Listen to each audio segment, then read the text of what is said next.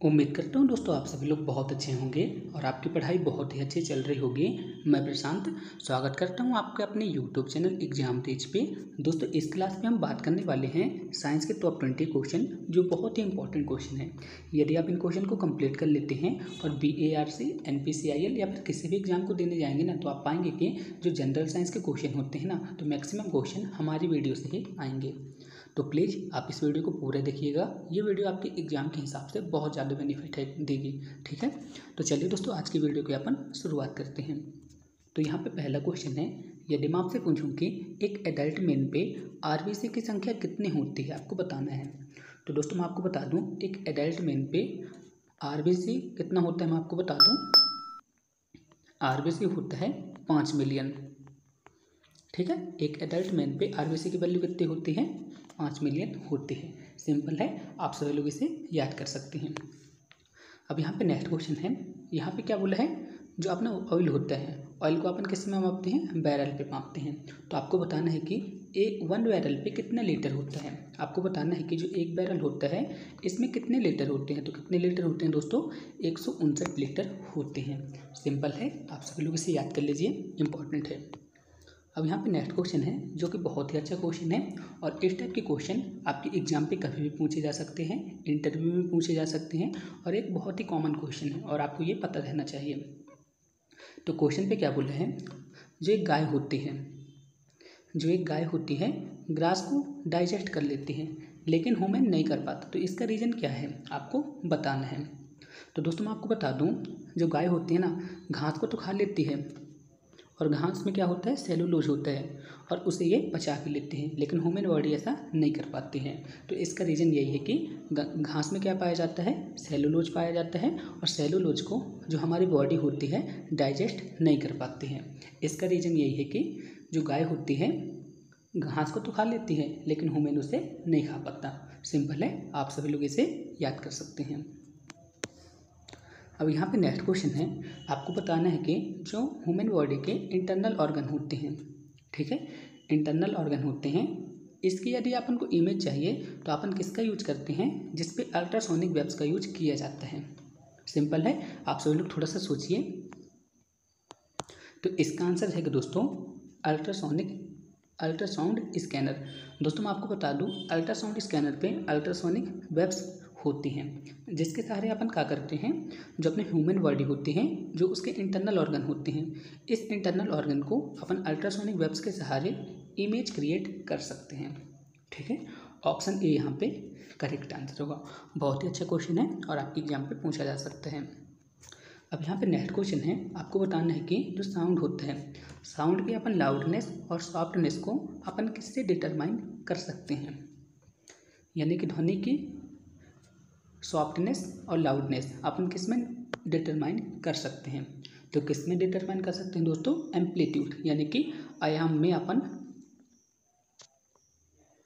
Determine कर सकते हैं। तो ऑप्शन सी यहाँ पे करेक्ट आंसर रहेगा।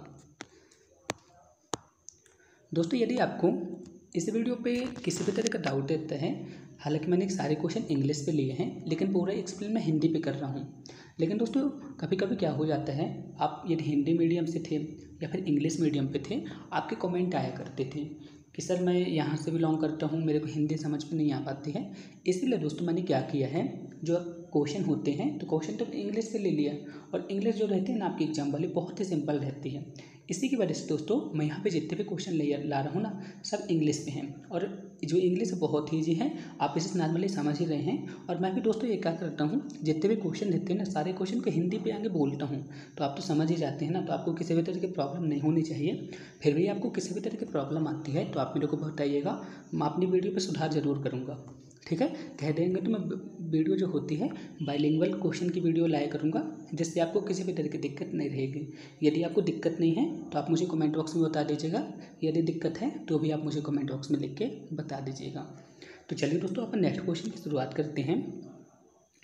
इस क्वेश्चन पे क्या बोला है, जो फोटोकेमिकल स्मॉग होता है, इसके कंट्रीब्यूशन पे किसका मेजर कंट्रीब्यूशन होता है फोटोकेमिकल स्मॉग पे, किसका मेजर कंट्रीब्यूट्स होते हैं, किस पॉल्यूटेंट्स। दोस्तों यहाँ पे पॉल्यूटेंट्स लिखा है ना कि पॉल्यूशन, ठीक है। तो आपको बताना है कि जो फोटोकेमिकल स्मॉग होता है इसमें किस पॉल्यूटेंट्स का मेजर कंट्रीब्यूशन होता है। तो किसका होता है दोस्तों, आप सभी लोग बताइए। नाइट्रोजन डाइऑक्साइड का होता है। दोस्तों आप पूछेंगे फोटोकेमिकल स्मॉग क्या होता है, तो इसका आंसर आप सभी लोग स्वयं बताएंगे। हालांकि आप सभी लोग जानते होंगे कि ठंडी होती है, ठंडे पे क्या होता है, कोहरा होता है। कोहरे पे क्या होता है, कभी कभी जब अपन धुआं वगैरह फैलाते हैं तो उसमें धूल के कण मिक्स हो जाते हैं, ठीक है। तो ये जो धूल के कण जो होते हैं और जो कोहरा होता है नेचुरली, वो आपस में मिल जाते हैं जिससे और घना कोहरा हो जाता है। उसी को अपन बोलते हैं फोटोकेमिकल स्मॉग। और इसकी वजह से अपन एक दूसरे को देख नहीं पाते, इतना घना कोहरा हो जाता है, ठीक है। तो ऑप्शन डी यहाँ पे करेक्ट आंसर रहेगा। और फोटोकेमिकल स्मॉग में सबसे ज़्यादा मेजर कंट्रीब्यूशन किसका होता है, नाइट्रोजन डाइऑक्साइड, जो कि एक पॉल्यूटेंट्स है, इसका मेजर कंट्रीब्यूशन होता है। दोस्तों नेक्स्ट क्वेश्चन है, इस क्वेश्चन पे क्या बोला है, हीमोग्लोबिन जो कि एक प्रोटीन है, रेड ब्लड सेल पे पाया जाता है।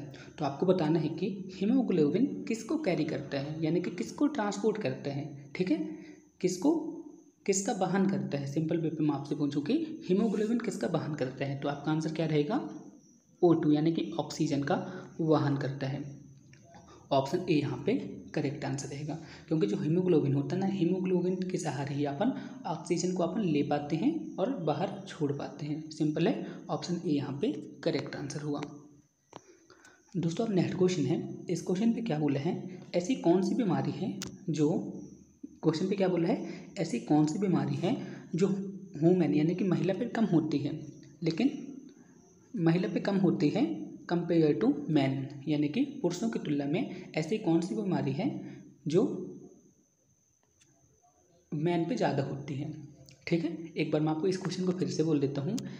क्वेश्चन पे क्या पूछा है, ऐसी कौन सी डिसीज़ यानी कि ऐसी कौन सी बीमारी है जो वुमेन यानी कि महिला की तुलना में पुरुषों में सर्वाधिक होती है लेकिन महिलाओं में ना के बराबर होती है। तो ऐसी कौन सी बीमारी है दोस्तों, आपको बता दूं, आप सभी लोग सोचिए। तो इसका आंसर रहेगा दोस्तों कलर ब्लाइंडनेस। जो कलर ब्लाइंडनेस बीमारी होती है ना, मैन पे ज़्यादा होती है, लेकिन आप सभी लोग देखेंगे कि वुमेन पे बहुत कम होती है, ठीक है। वुमेन पे बहुत कम होती है या फिर ना के बराबर होती है। तो क्वेश्चन पे यही पूछा था। अब यहाँ पे नेक्स्ट क्वेश्चन है, आपको बताना है कि जो नेल पॉलिश होती है जिसे लड़कियाँ यूज करती हैं, तो आपको बताना है कि इस नेल पॉलिश को अपन यदि रिमूव करना चाहे तो उसमें क्या मिला होता है। तो इसका आंसर रहेगा दोस्तों एसीटोन मिला रहता है। सिंपल है, ऑप्शन ए यहाँ पे करेक्ट आंसर हुआ। अब यहाँ पे नेक्स्ट क्वेश्चन है, आपको बताना है कि एक गैस थर्मामीटर मोर सेंसिटिव होता है लिक्विड थर्मामीटर से, तो इसका रीज़न क्या है, ठीक है। मोर सेंसिटिव यानी कि बहुत ज़्यादा संवेदन होता है लिक्विड थर्मामीटर से। तो इसका रीज़न रहेगा दोस्तों, जो गैस होती है ना, बहुत लिक्विड की तुलना में ज़्यादा फैलती है, ज़्यादा एक्सपेंड होती है। तो ऑप्शन बी यहाँ पे करेक्ट आंसर रहेगा। अब यहाँ पे नेक्स्ट क्वेश्चन है, आपको बताना है कि जो अल्ट्रावायलेट रेज होती है किसको ऑब्जर्व करती है। क्वेश्चन पे क्या पूछा है, जो एटमॉस्फेयर होता है, एटमॉस्फेयर पे क्या होता है, अल्ट्रावायलेट रेज होती है, ये किसको ऑब्जर्व करती है यानी कि किसको अवशोषित करती है। तो आपका आंसर क्या रहेगा, ओजोन को अवशोषित करती है। सिंपल है, ऑप्शन सी यहाँ पे करेक्ट आंसर होगा। अब यहाँ पे नेक्स्ट क्वेश्चन है, आपको बताना है कि फादर ऑफ इम्यूनोलॉजी अपन किसे कहते हैं। फादर ऑफ इम्यूनोलॉजी अपन किसे कहते हैं दोस्तों, एडवर्ड जेनर को अपन बोलते हैं, ठीक है। ऑप्शन डी यहाँ पे करेक्ट आंसर रहेगा। एक बार मैं आपको इस क्वेश्चन को फिर से बता देता हूँ। क्वेश्चन पे क्या बोला था, who is father of immunology, तो इसका आंसर क्या रहेगा दोस्तों, एडवर्ड जेनर। दोस्तों अब नेक्स्ट क्वेश्चन है, आपको बताना है कि लाइट की मैक्सिमम वेलोसिटी कहाँ पे होती है। तो मैं आपको बता दूं दोस्तों, प्रकाश का सर्वाधिक वेग कहाँ पे होता है दोस्तों, वैक्यूम यानी कि निर्वात पे सर्वाधिक वेलोसिटी रहती है, यानी कि प्रकाश का वेग सर्वाधिक किस में होता है, वैक्यूम यानी कि निर्वात में होता है। अब यहाँ पे नेक्स्ट क्वेश्चन है, आपको बताना है कि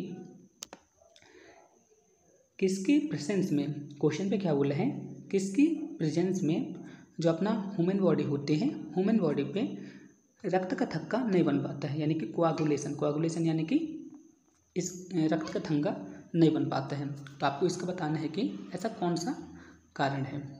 ठीक है, आप सभी लोग क्वेश्चन तो समझ गए ना। क्वेश्चन पे क्या पूछा है, ऐसा कौन सा कारण है जिसकी वजह से जो अपना ब्लड होता है, ब्लड में रक्त का थक्का नहीं बन पाता है। तो इसका आंसर रहेगा दोस्तों हेपरिन। हेपरिन के कारण क्या होता है दोस्तों, जब अपने को चोट लग जाती है तो खून बहने लगता है, और जब हेपरिन होता है ना वहाँ पे, तो हेपरिन जो होता है रक्त को जमने नहीं देता है, यानी कि खून को जमने नहीं देता है। तो क्वेश्चन पे यही पूछा गया था। ऑप्शन सी यहाँ पे करेक्ट आंसर हुआ। दोस्तों अब नेक्स्ट क्वेश्चन है, आपको बताना है कि जो एसिड रेन होती है क्यों होती है। ठीक है, एनवायरनमेंट पॉल्यूशन को फैलाती है। तो आपको बताना है कि एसिड रेन में क्या क्या होता है। तो आपने कई बार पढ़ा होगा कि नाइट्रस ऑक्साइड होता है और सल्फर डाइऑक्साइड की वजह से एसिड रेन होता है। सिंपल है ना। अब यहाँ पे नेक्स्ट क्वेश्चन है, आपको बताना है कि सोलर सेल पे किस एलिमेंट का यूज किया जाता है। तो आपने सोलर सेल तो पढ़ा होगा, सोलर सेल पे अपन किसका यूज करते हैं, सिलिकॉन का यूज करते हैं। ठीक है, अब यहाँ पे नेक्स्ट क्वेश्चन है, आपको बताना है कि ऐसा कौन सा एग्जाम्पल है जो न्यूट्रल एसिड बेस इंडिकेटर है। आपको बताना है कि ऐसा कौन सा उदाहरण है जो एसिड बेस न्यूट्रल है। तो इसका आंसर क्या रहेगा दोस्तों, हल्दी। हल्दी जो होता है ना अम्ल क्षार सूचक होता है। ठीक है, हल्दी यानी कि टर्मरिक। ठीक है, कौन से ऑप्शन पे है, ऑप्शन सी यहाँ पे करेक्ट आंसर रहेगा। ठीक है, टर्मरिक जो है तो होता है, तो ये एसिड बेस इंडिकेटर होता है। ठीक है, कौन से ऑप्शन पे था, ऑप्शन सी यहाँ पे करेक्ट आंसर रहेगा। अब यहाँ पे नेक्स्ट क्वेश्चन है, आपको बताना है कि फीमेल सेक्स हार्मोन कौन सा होता है। तो इसका आंसर रहेगा दोस्तों एस्ट्रोजन। जो एस्ट्रोजन होता है फीमेल सेक्स हार्मोन होता है। यदि मैं आपसे पूछूं कि मेल सेक्स हार्मोन में क्या होता है, तो इसका आंसर रहेगा एंड्रोजन। सिंपल है, आप सभी लोग इसे याद रखिएगा। यहाँ पे क्या पूछा गया था, फीमेल की बात आई है, तो यहाँ पे क्या रहेगा, एस्ट्रोजन। सिंपल है। अब यहाँ पे नेक्स्ट क्वेश्चन है, आपको बताना है कि जो गोल्डन राइस होता है इसमें क्या पाया जाता है। तो गोल्डन राइस में क्या पाया जाता है दोस्तों, विटामिन ए। ऑप्शन ए यहाँ पे करेक्ट आंसर हुआ। अब यहाँ पे नेक्स्ट क्वेश्चन है दोस्तों, आपको बताना है कि ऐसी कौन सी मेटल है जिसे अपन मेटल ऑफ फ्यूचर यानी कि भविष्य की धातु अपन कहते हैं। तो मैंने आपको कई बार इस क्वेश्चन को बताया है। इसका आंसर रहेगा टाइटेनियम। टाइटेनियम को अपन भविष्य की धातु भी कहते हैं। सिंपल है, ऑप्शन डी यहाँ पे करेक्ट आंसर रहेगा। होपफुली दोस्तों मैंने अभी तक आपको जितने भी क्वेश्चन बताए होंगे सारे क्वेश्चन समझ में आ गए होंगे। फिर भी आपके मन पे इन क्वेश्चन को लेकर ज़्यादा भी डाउट है तो आप मेरे को कमेंट बॉक्स में कमेंट करके बता दीजिएगा। मैं आपके लिए सारे क्वेश्चन का जवाब जरूर दूंगा और आपके डाउट को क्लियर करूंगा। ठीक है दोस्तों, यदि आप इस वीडियो पर पहली बार आए हैं तो प्लीज़ चैनल को सब्सक्राइब करें और अपने दोस्तों में भी इसी तरह की वीडियो को शेयर करते रहें। तो प्लीज़ दोस्तों मिलते हैं नेक्स्ट वीडियो पे, तब तक आप सभी लोग अपनी पढ़ाई करते रहें।